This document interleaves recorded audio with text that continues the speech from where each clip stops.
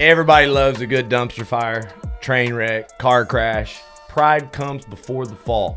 Inside today's episode, I'm going to react to this CMR failure. So I've learned over the years that I've made a lot of mistakes. The mistakes that I made probably could have been avoided. I'm going to give you something educational that you can learn from, because there's no better person to learn from their mistakes than me. I've been CMR's biggest competitor here in Southwest Florida.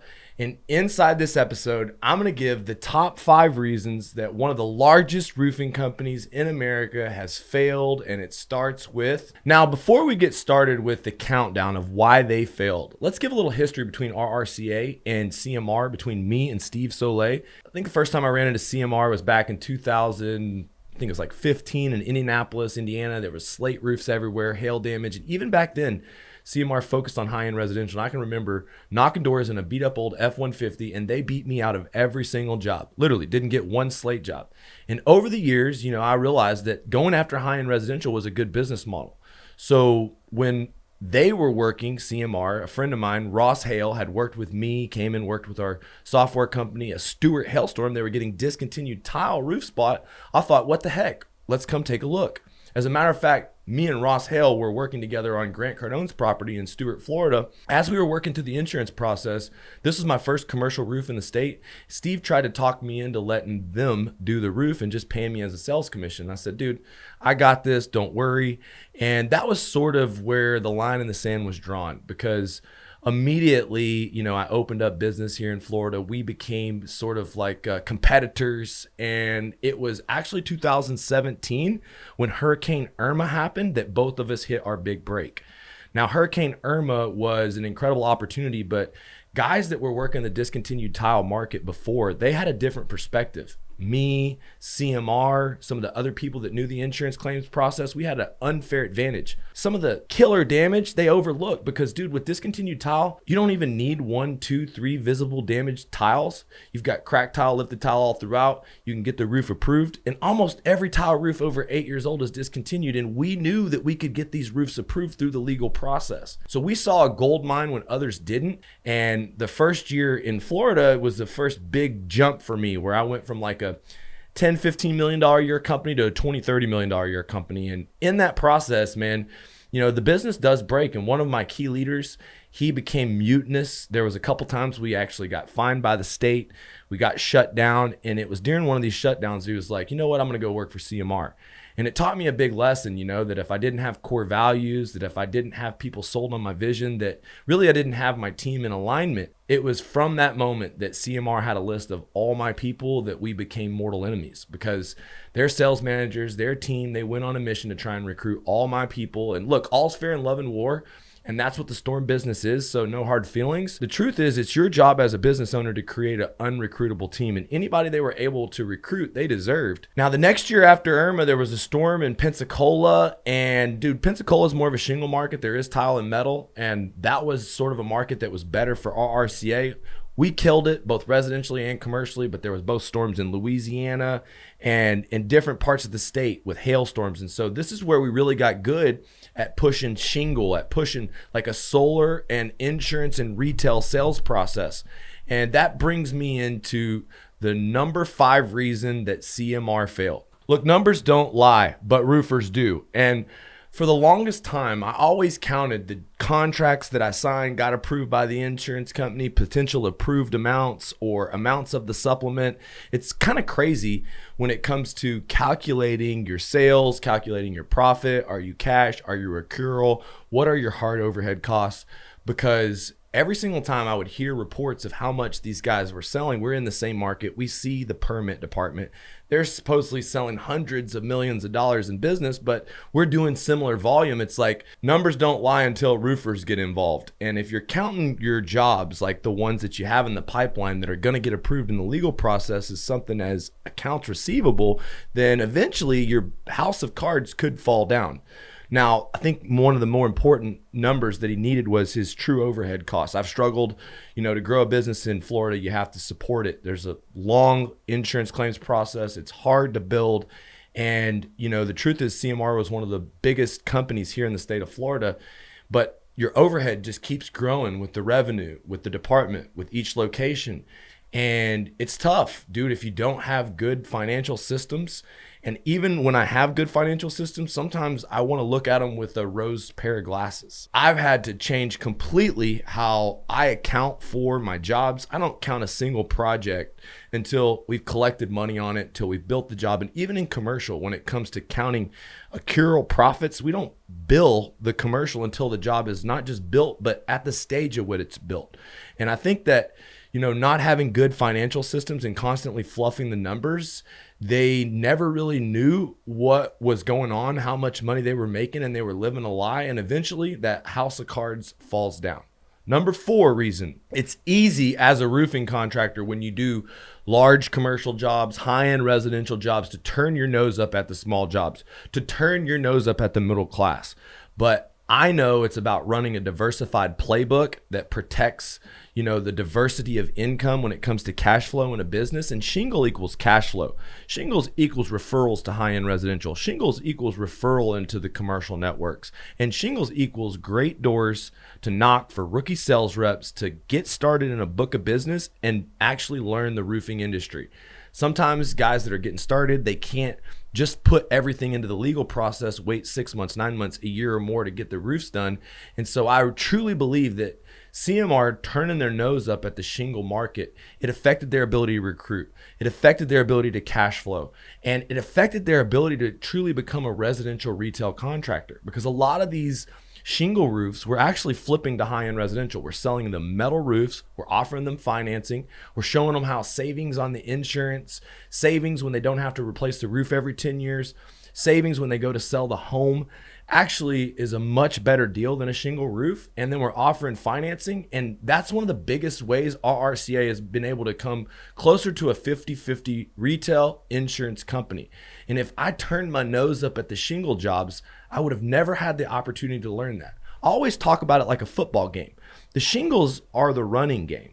This is where you establish the line of scrimmage. This is where you're able to literally get some momentum for your offense. I mean, can you imagine a team that you knew was going to pass every play?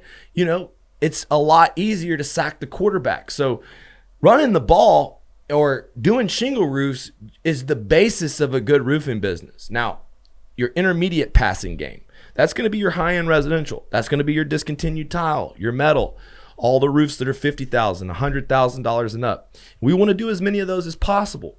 But that's the median when it comes to the deals. Do you know what the deep ball is? The 80-yard bombs. That's our commercial department.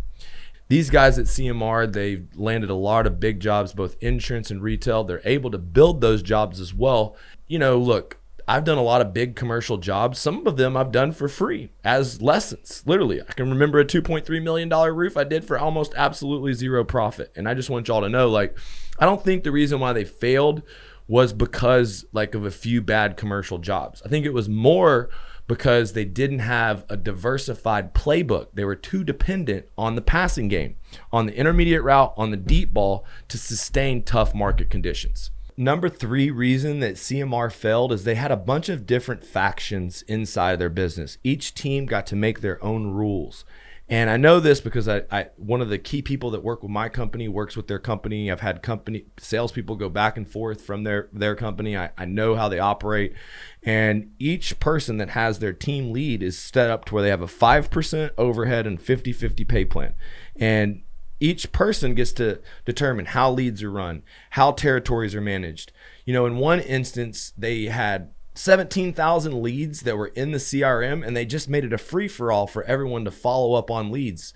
And so that pissed a lot of the people off because there was not alignment in core values. See, I had this problem. As a matter of fact, when I lost my manager to CMR, I started to address it by putting core values up in my office, hiring and firing based off of core values, constantly focusing on personal development, excellence, integrity, speed, innovation. And if somebody didn't embody those core values, getting rid of them. And the reality is it took time, but doing quarterly meetings, getting dialed in with the systems and processes, and having a good meeting structure every single week with our managers, eventually we gained control with people understanding the vision. Never miss a chance to sell your vision to your team and get all of your leaders in a meeting on the same vision, because if you have this faction and they're battling this faction and they're battling this faction, what can happen is everybody's doing it their own way. There's no clear defined roadmap to success. Sometimes people are contradicting each other. And I do believe that core values, as corny as it sounds, saved my life, saved my company.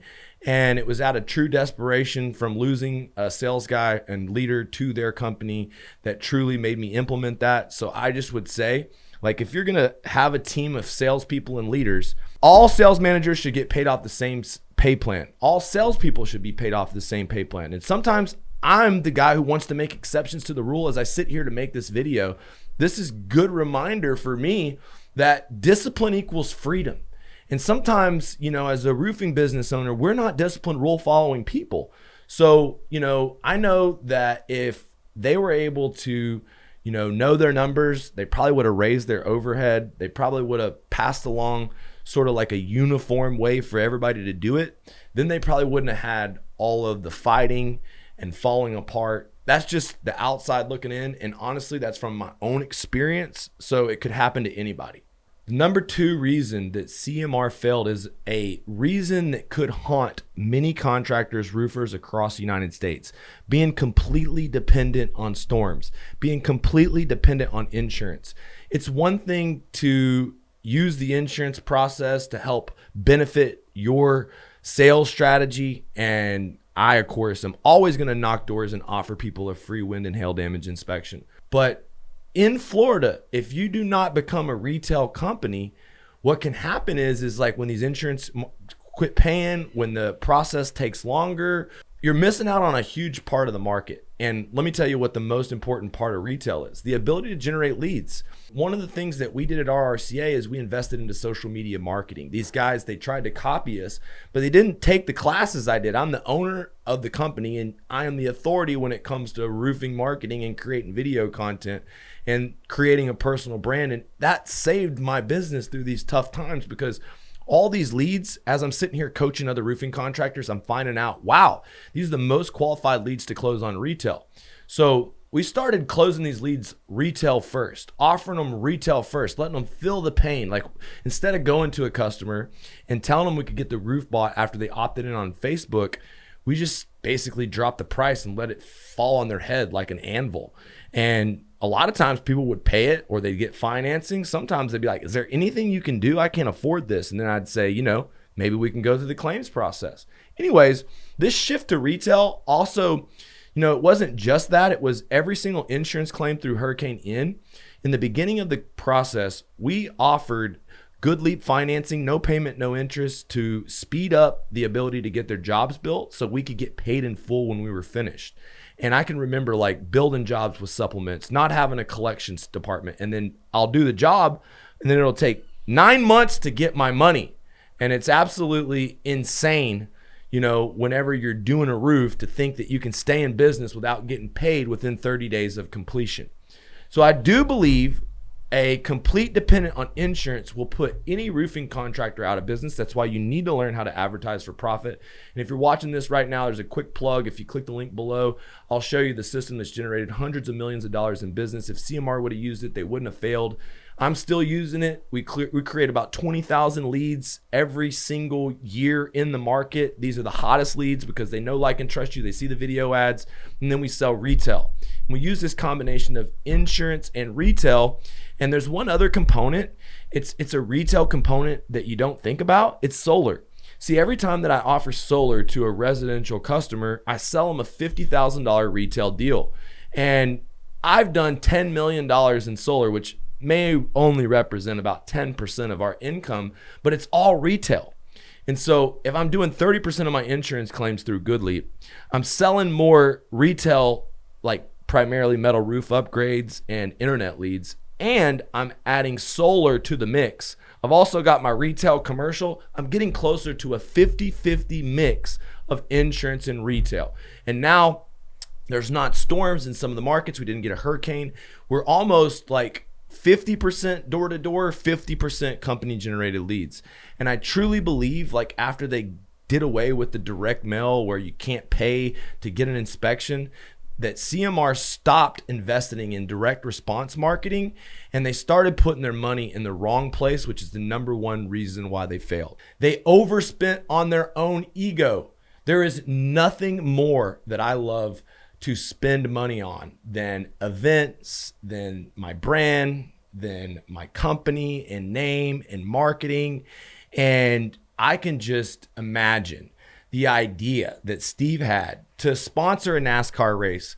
Dude, I know how much this costs. Sometimes it's as much as $100,000 a race. Also, I've sponsored NASCAR races, and there is opportunity when you sponsor these races to get in with these extremely rich people that lead you to commercial jobs. As a matter of fact, the vice president of marketing from NASCAR is friends with somebody from my gym. This is actually his uncle. And they told me about a like $12 million roofing project that CMR got through the NASCAR connection in Sonoma. But just because you get a $12 million job doesn't mean it's profitable. It also doesn't mean that in that $12 million job, the owner didn't string you out for collections and that you didn't get ahead of the money. See, if all you care about is how much revenue you show, which I've been guilty, all right, then a lot of times you'll take the deal, but you'll get in front of the money and it can tank you. Now, that's not the reason why they failed. They're spending money on NASCAR. They're spending money on power boats. They're spending money on, different events. You know what they're not spending money on? They're not spending money on the ability to advertise for profit. They didn't figure out how to advertise on social media. Steve didn't build a personal brand for himself, even though he's got a big ego and he wants to be at all the events and he wants to have all the things. He doesn't have the balls to make a video, create content that educates the neighborhood, educates the industry, and, kind of like build a personal brand. And he's seen me do it. He's just like all the rest of these old school guys. They're too busy to do it, and they'd rather just throw money so that everyone thinks that they're successful. And the problem is like when you get into that game, are you in the business just to make everyone else happy? Are you in the business to just show off? And these are the questions I've had to ask myself over the years. Recently, I just spent $700,000 on the Blue Collar American Dream Conference. Now, we were profitable. We had sponsors. I sold $60,000 packages. But the truth is I didn't have to spend $700,000 on the event. I could have easily had one of the best conferences ever for $250,000. And so overspending on my own ego, dude, we have to learn that pride comes before the fall. And I know these guys wanted to see themselves as the number one roofing contractor across the United States. They wanted to be known that. But do you want to be the number one roofer in the United States in all your competitors' minds? Or do you really want to be the number one roofer in the United States? Because look, if you do, then you'll spend money on the things that truly advance you, because you got to stay ahead of technology. Technology is the biggest gangster in the room. And I would say it was the inability to learn retail, the inability to learn how to advertise for profit, the inability to understand, like, dude, even though you've been in the game, you've been so successful, you have to check your ego at the doorstep and keep improving and sharpening the sword. For me, how I do that is actually sometimes through contractors who are less successful than me. See, I am the biggest client of my own mastermind. Every week I have a blue collar church, and sometimes I'm learning from everyone else in the room, doing weekly coaching calls. We're sharing our experience, strengths, and hopes, how to get through a scaling roadmap. I'm teaching it so I better understand it. But a lot of times it's other people's interpretations, applications that really make me have to challenge myself. Sometimes people do shit better than me. And I'm like, well, let me swagger jack that. Let me put it into my business.